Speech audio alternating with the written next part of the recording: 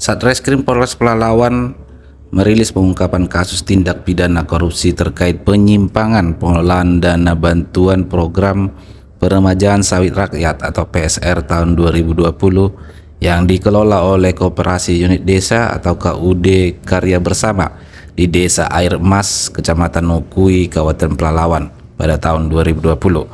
3 orang pengurus KUD ditetapkan sebagai tersangka dalam kasus korupsi tersebut.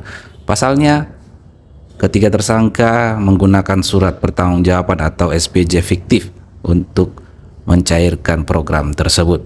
Ketiga tersangka yakni HS alias Hendra yang merupakan mantan ketua KUD, kemudian MK mantan sekretaris, dan APR alias Pito mantan bendahara KUD Karya Bersama. Ketiganya ditahan setelah statusnya dinaikkan dari saksi menjadi tersangka oleh penyidik Polres Pelalawan.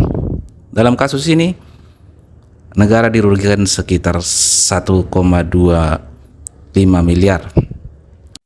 Berawal pada tahun 2020, KUD Karya Bersama mendapatkan dana bantuan pengeremajaan sawit rakyat atau PSR sekitar 10,5 miliar tahun 2020 untuk 147 warga pekebun dengan total luas lahan 535 hektar dengan rincian 30 juta per hektar. Dalam perjalanannya sebanyak 21 pekebun mundur dan tidak jadi ikut program PSR. Namun ketiga tersangka tetap membuat SPJ atau invoice pencairan untuk 100% kegiatan, sehingga 1,25 miliar tetap dicairkan dan dibagi-bagi oleh ketiga tersangka yang digunakan untuk kepentingan pribadi, yakni membeli mobil serta untuk berfoya-foya. Saat ini ketiga tersangka ditahan dan diproses hukum dan pasal yang kita gunakan pasal 2 ayat 1 ya, maupun junto pasal 3 tahun paling lama selama-lamanya 20 tahun. Dan selanjutnya